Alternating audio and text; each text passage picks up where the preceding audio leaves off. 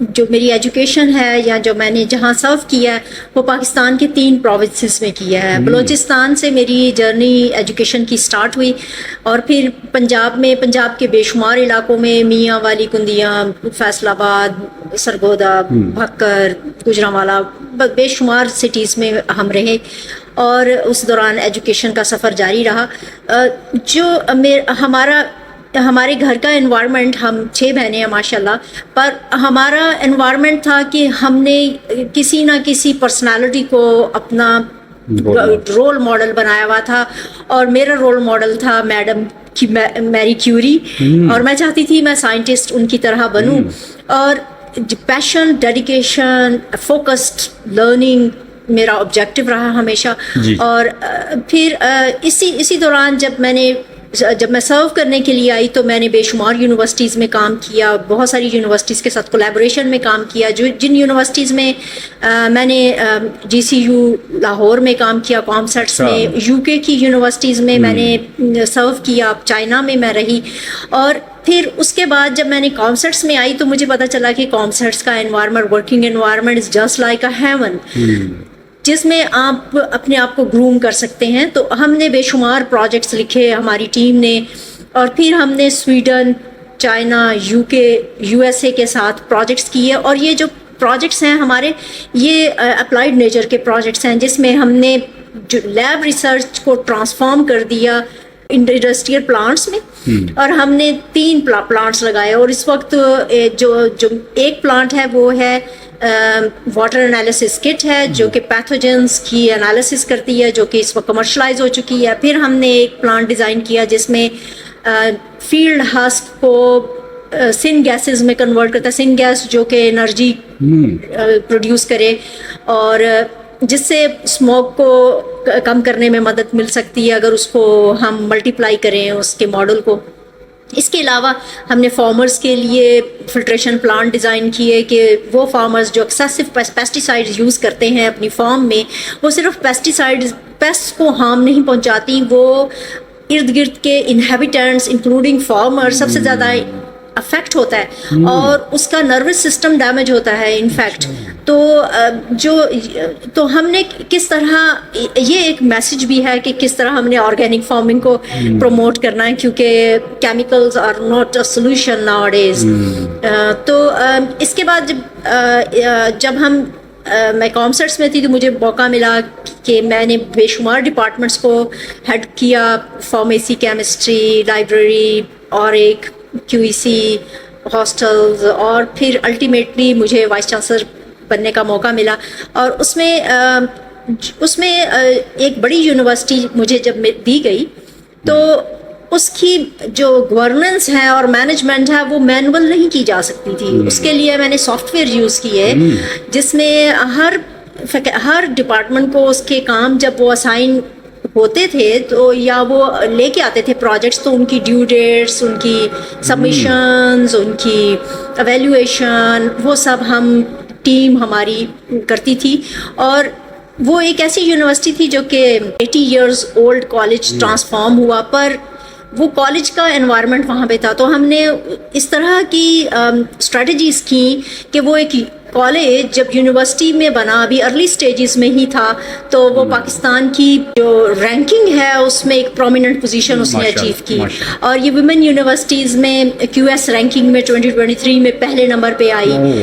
اور جو Times Higher Education Impact ranking میں وہ ویمن یونیورسٹیز میں پہلے نمبر پہ آئی، اور Times Higher Education Impact ranking میں جرنل یونیورسٹیز میں 4th بینڈ پہ تھی. تو یہ سب اچیو کرنے کے لیے ہماری ٹیم بہت وائبرنٹ تھی وہاں پہ، اور ان کو نیو ٹولز اینڈ ٹیکنیکس سکھائی گئی، specially for example presentation skills, lecturing, mentoring, اور کیسے سوشل آؤٹ ریچ کے لیے آپ نے ڈفرینٹ پروجیکٹس کرنے ہیں، وہ سب ہم نے کیا. چلیں جی، اب ہم بات کر لیتے ہیں لیکن ابھی ہم 2-3 کویشچنز اس میں لیں گے. یہ آگے بہت زیادہ ڈیٹیل میں آتے رہیں گے. آبسٹیکلس، رکاوٹیں، آپ کہہ لیں گے چیلنجز جسے ہم کہتے ہیں، مشکلات، مصائب، بلکہ میں کہوں گا میکسیمم زندگی میں تو آپ کو یہ انہی کا سامنا کرنا پڑتا ہے. اور جو ان کا اچھے طریقے سے سامنا کر جاتا ہے، چاہے وہ لائف کا پروجیکٹ ہو، چاہے وہ آپ کا اکیڈمک پروجیکٹ ہو، چاہے وہ آپ کا انڈسٹری کا پروجیکٹ ہو, چاہے وہ آپ کی فرم کا پروجیکٹ ہو, کوئی بھی پروجیکٹ ہو, تو وہ جو ہے اس میں یہ چیزیں آپ کو کرنی پڑتی ہیں. تو ہم ذرا دیکھتے ہیں کہ میڈم سے پوچھتے ہیں جو ہماری سینئر موسٹ ہیں. پوچھتے ہیں میڈم آپ مجھے بتائیں, دنیا میں آزمائشیں آتی ہیں, مصائب آتے ہیں. وہ میرے ایک کولیگ تھے, وہ کہتے ہوتے تھے کہ سفر دو طرح کا ہوتا ہے, کہ انگلش میں ایک اردو میں. تو آپ بتائیں کہ ٹریولنگ کے دوران بھی مشکلات آتی ہیں. آپ نے بہت ٹریول کیا ہے ماشاء اللہ, آپ کا تو پاسپورٹ دیکھیں تو میرے خیال سے کافی ساری اسٹیمپس لگی ہوں گی.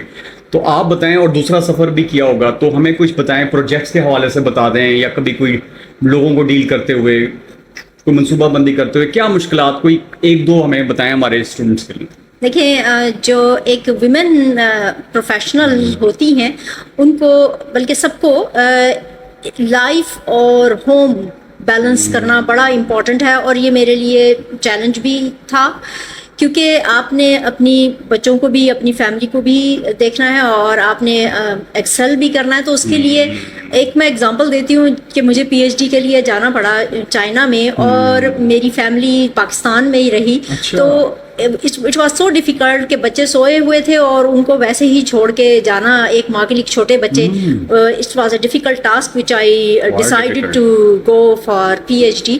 اور پھر جب ہم کام کرتے ہیں تو you have to pay full attention on your work during the time you are being hired for that particular task. تو یونیورسٹیز میں ہم پامسٹ میں 9 to 5 ہم کام کرتے ہیں اور فل فوکس کرتے ہیں. تو میں 5 o'clock کے قریب جب میں گھر آ جایا کرتی تھی تو بچوں کو 9 o'clock تک میں ان کی اسٹڈیز میں پارٹیسپیٹ کرتی تھی. اور جب وہ سو جاتے تھے تو میں ایبٹ آباد میں ہوتی تھی, تو میں اپنی, کیونکہ لیب کھلی چھوڑ کے آئی ہوتی تھی, وہاں پہ اسٹوڈنٹ کام کر رہے ہوتے, تو میں شام کو رات کو واپس چلی جایا کرتی تھی. اور 2-3 گھنٹے کام کرنے کے بعد, کیونکہ اس میں ڈسٹربنس نہیں ہوتی, تو آپ پھر کام کر کے واپس آتے ہیں. تو اس طرح کی جو مینجمنٹ ہے وہ آپ کو کرنی پڑتی ہے. اور ہر پرسن جو آگے بڑھتا ہے اسے اس کی time management skills are very important. And another important thing is stress management. جو آپ کے پاس اسٹریسز ہیں, آپ کے پاس چیلنجز ہیں, but still you have to go forward. ایک اور ایگزامپل میں آپ کو بتاتی ہوں کہ مشکل پروجیکٹس کی آپ نے بات کی, مکمل کرتے ہوئے آ ہی جاتی نا ہرڈلز. ریسرچ پروجیکٹس میں اگر آپ دیکھیں تو میرے 11 ریسرچ پروجیکٹس ہیں, اور اب تک میں نے 250 ملین کے ریسرچ پروجیکٹس کیے, نیشنل انٹرنیشنل دونوں. بالکل صحیح ہے, بالکل صحیح آپ نے کہا. تو یہ جو ریسرچ پروجیکٹس ہیں یہ انفیکٹ آپ کو یہ سکھاتے ہیں کہ آپ نے کوئی ریسرچ لیب کے علاوہ اگر کوئی پروجیکٹ آپ کو ملے تو آپ نے اس کو کیسے ڈیل کرنا ہے. تو جب مجھے جی سی ویمن یونیورسٹی فیصل آباد ملی تو میں نے اس کو ایز اے پروجیکٹ لیا اور اسی طرح ہی اس کو ڈیل کیا, اس کے پرابلمس آئیڈینٹیفائی کیے, پھر ان کو کن گولز تک لے کے جانا ہے, کیا کیا کرنا ہے, اور ٹارگیٹ سیٹ کیے. جی بالکل ایگزیکٹ جو ریسرچ میتھڈالوجی کا میتھڈ ہے کہ اس میں گیپس کہاں ہیں, ان کو کیسے میتھڈالوجی کیا اڈاپٹ کرنی ہے, اور پھر کیسے آپ نے گولز کو اچیو کرنا ہے. میں ایک سے ایگزامپل دیتی ہوں, جیسے 396 ایکڑ لینڈ تھی جس کو ڈیولپ کبھی نہیں ہم نے کیا تھا. تو ہم نے جب اس کی وال بنانے کے لیے کوششیں کی تو وال کے لیے ہم نے فنڈنگ لی اور 11 کلومیٹر وال ہم نے بنانی تھی. تو جو ہی ہم وال بناتے گئے تو ہم نے آئیڈینٹیفائی کیا کہ بہت سارے جگہوں پہ انکروچمنٹ ہوئی ہے. اب اس انکروچمنٹ کو ختم نہیں کیا جا سکتا کیونکہ ڈیکیڈ سے لوگوں نے اس پہ قبضے کیے ہوئے تھے. تو جب قبضے کو ہٹانے کی کوشش کی گئی تو آپ کو پتا ہے کہ کانفلکٹ ریزولوشن بالکل سپریم کورٹ نے قبضے کئی دفعہ چھڑوا پاتی. جی بالکل. تو لیکن ہم نے نیگوشیشن کی, ان کے کچھ جو کمپیٹنٹ لوگ تھے ان کو ایز اے فارمر اس لینڈ پہ ہم نے رکھا. پھر کورٹ کیسز تھے, کورٹ کیسز میں وہ کورٹ میں چلے گئے, اس کو ریزالو کراتے ہوئے ہم نے کنسٹرکشن کا کام پورا کیا. تو اور پھر اس کے ساتھ یہ نہیں تھا کہ وہ بنجر زمین ہو چکی تھی, اس کو کیسے ایکٹیویٹ دوبارہ کرنا ہے. تو ہم نے انہی فارمر سے, یعنی یہ ہے کولیبوریشن, نیٹ ورکنگ اینڈ انکلوسیونیس جو ہم نے ان کے ساتھ کی, اور انہوں نے اپنی سکلز لے کے آئے اور انہوں نے وہاں پہ 100 ایکڑ لینڈ کو جب اسٹیبلش کیا تو اس سے ہم نے فرسٹ ٹائم جب کراپ لی تو ہمیں بھی بینیفٹ ہوا. اور رافل ٹاسک ہے میم, پتہ نہیں کیسے کر لیا آپ نے یہ, بڑی واقعی اللہ تعالیٰ آپ کو یہ دیکھا نا, یہ کر سکتی ہیں. میری بیٹی بھی سن رہی ہے, اب میری بھتیجیاں بھانجے بھی سن رہی ہیں, میڈم کی بھی, تمام میری جو یونیورسٹی میں ہماری جو اسٹوڈنٹس ہیں بیٹیاں سن رہی ہیں. دیکھیں میں آپ کو صحیح بتا رہا ہوں کہ یہ جو انہوں نے کام کیا نا یہ کہنے کو لیے آسان ہے, لیکن پورا پروجیکٹ مینیج کرنا, پروجیکٹ مینجمنٹ کی ڈگری کراتے ہیں ہم 2 سال کی, بلکہ 3 سال کی, اس کو بعد ان کو پروجیکٹ دیتے ہیں اور پھر جا کے وہ ڈگری ایوارڈ ہوتی ہے. تو انہوں نے اس طرح کے کتنے سارے پروجیکٹس کر لیے, اور یہ ہے ایک یونیورسٹی کا وائس چانسلر ہو کے, اور پھر اسی کو اپریشیٹ کیا گیا نا بعد میں. لیکن یہ تو بتائیں نا کہ بچے نا یہ بتاتے ہیں کہ سر سکسیس کے لیے نا ہم نے ایک بک پڑھی ہے, how to win friends and influence people. تو وہ کامیابی کے لیے نا اس میں نمبر 1 انہوں نے لکھا ہے کہ ہینڈلنگ پیپل جو ہے نا effectively and efficiently to gain departmental and institutional goals, وہ زیادہ ضروری ہوتا ہے. تو آپ بتائیں ایچ آر کے جو اسٹوڈنٹس ہیں, تو یہ سافٹ اسکلز میں بھی آتا ہے, تو آپ یہ بتائیں کہ ہم کیسے ہینڈل کریں. تو اس کا آپ مجھے تھوڑا سا بتا سکتے ہیں کہ واقعی یہ ہینڈلنگ پیپل مشکل کام ہے, اور یہ کامیابی کے لیے ضروری, اگر نہیں کرنا آتا تو پھر ناکامی ہے. دیکھیے جس طرح آپ چاہتے ہیں کہ آپ کو ہینڈل کیا جائے, گولز کو اچیو کرنے کے لیے, ہاں اس طرح آپ دوسروں کو ہینڈل کریں. اس کا مطلب ہے کہ آپ وہی بینیفٹس جیسے اسلام میں ہیں وہی بینیفٹس دوسروں کے لیے سوچیں جو اپنے لیے سوچ رہے ہیں, تو آپ کے لیے ہینڈل کرنا بہت ایک ایزی ٹاسک بن جائے گا. اور سنسیئرٹی بہت امپورٹنٹ ہے کہ آپ اپنے لوگوں کے ساتھ سنسیئر ہو کے کام کریں, ان کے بینیفٹس کے لیے کام کریں, تو وہ خود ہی they will be your friends and they will make your زبردست. دیکھیں واو زبردست, میڈم نے بڑا سمپلی اس کا آنسر دے دیا. دیکھیں نا یہ ہے جو ہمیں یہ وزڈم پاٹ ہے. مجھے تو اس لیے الفاظ زیادہ بولنے پڑ رہے ہیں کیونکہ میں میتھس میڈیا کا بندہ تو نہیں تھا, لیکن یہ میتھس میں چلے گیا ہوں, تو وہ ریکوائرمنٹس کو پورا کرنے کے لیے کچھ ہم لوگ ٹیچر بھی ہیں اور تھیری پڑھاتے ہیں, تو شاید بول رہے ہیں. تو ویری گڈ میم, بہت شکریہ. اچھا میم, رسپیکٹ, آپ کے رسپیکٹ کرنا بھی بڑا مشکل کام ہے. ہماری 4 ویلیوز ہیں, respect, hard work, truth and honesty, جو ہم لوگ جس کا پرچار بھی کر رہے ہیں اس چینل کے تھرو, اور یہ بھی کہہ رہے ہیں کہ خود کفیل ہو جائے, ڈوئنگ یور سیلف. اور کس لیے کر رہے ہیں, تاکہ مشن چینج آئے. تو آپ مجھے بتائیں رسپیکٹ آپ کی کامیابی کے اندر ایک ویلیو ڈسکس کرتے ہیں. ہارڈ ورک کا تو آپ نے بتا دیا, رسپیکٹ کرنا, احترام کرنا, وہ مجھے بتائیں یہ ویلیو آپ لوگوں کی. آپ نے بتایا 6 بہنیں تھیں, اور آپ نے جس کو, تو آپ تو رول ماڈل کو ویسے ہی بندہ احترام دے رہا ہوتا ہے. تو آپ مجھے بتائیں کہ یہ رسپیکٹ کو رکھنا چاہیے سامنے, اس کا یہ بہت زیادہ راز کی بات ہے کامیابی میں آپ کو. اٹس ٹرو, بالکل 100% آئی ایگری ود یو کہ آپ ایک فار ایگزامپل اب لیڈرشپ پوزیشن پہ ہے, ایک ٹیچر ایک لیڈر ہے, بٹ وہ جب تک رسپیکٹ دے گا نہیں اپنے اسٹوڈنٹس کو, اور تو وہ اس کی اپنی رسپیکٹ وہ گین نہیں کر سکتا.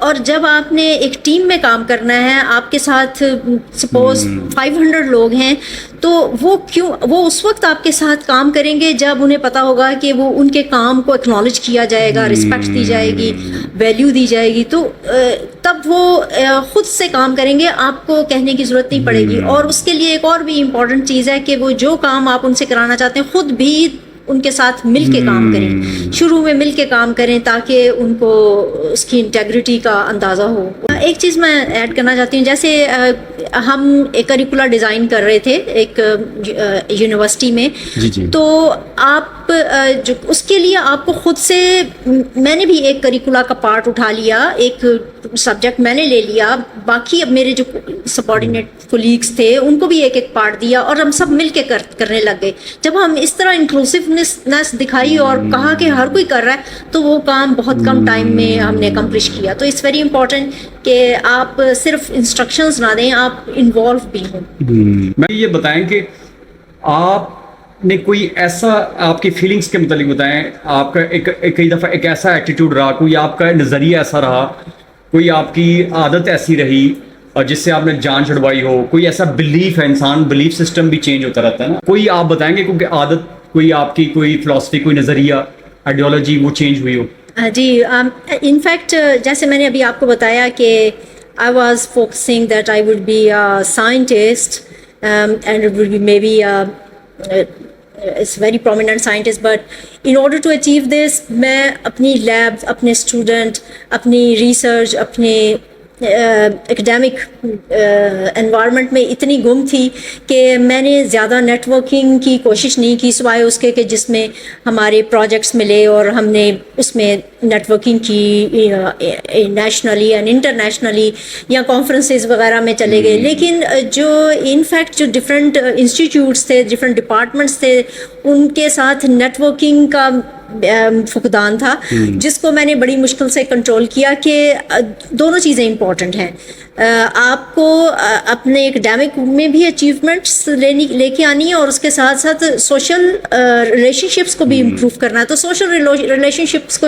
امپروو کرنے کے لیے میں نے کافی کام کیا کیونکہ آئی واز انٹروورٹ, اور جب میں نے ان ریلیشن شپس کو امپروو کیا تو میں نے دیکھا کہ میری سکسیس میں کافی پرسنٹ انکریز ہوا ہے.